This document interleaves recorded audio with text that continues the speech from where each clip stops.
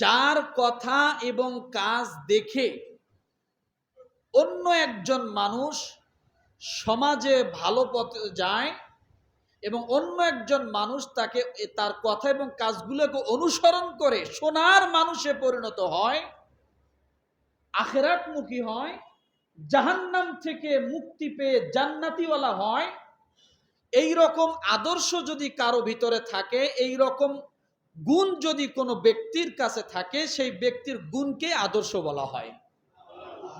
বুঝাইতে পারছি?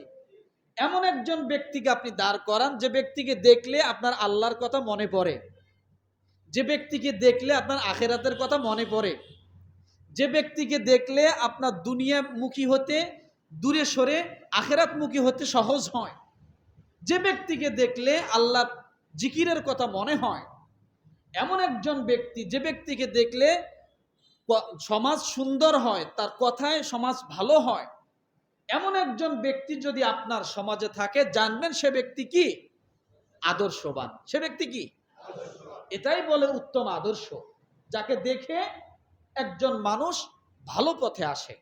সোজা কথা, যাকে দেখে একজন মানুষ কি হয়? ভালো পথে আসে।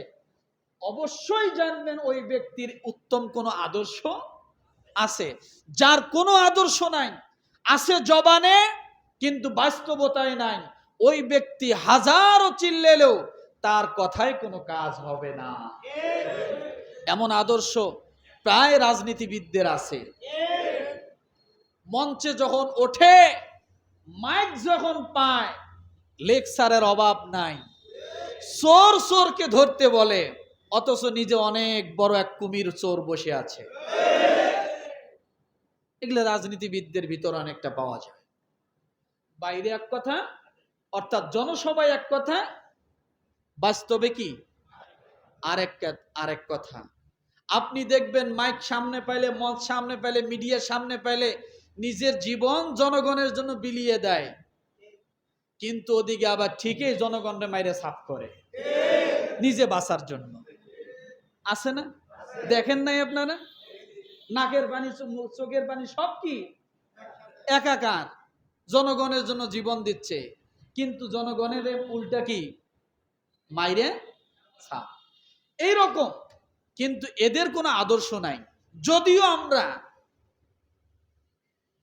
ইলেকশনের সময় মিছিল করি, আমার ভাই, তোমার ভাই, অমুক ভাই, অমুক ভাই, অমুক ভাইয়ের চরিত্র ফুলের মতো এত পবিত্র, বলার বাইরে।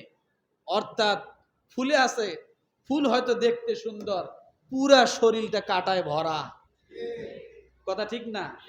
এই ব্যক্তির মুখের কথা হয়তো ফুলের মতো হতে পারে, কিন্তু এর পুরা দেহটা শুধু কাঁটা আর কাঁটা। খালি মানুষের আঘাত করে, ব্যথা দেয়। আছে না?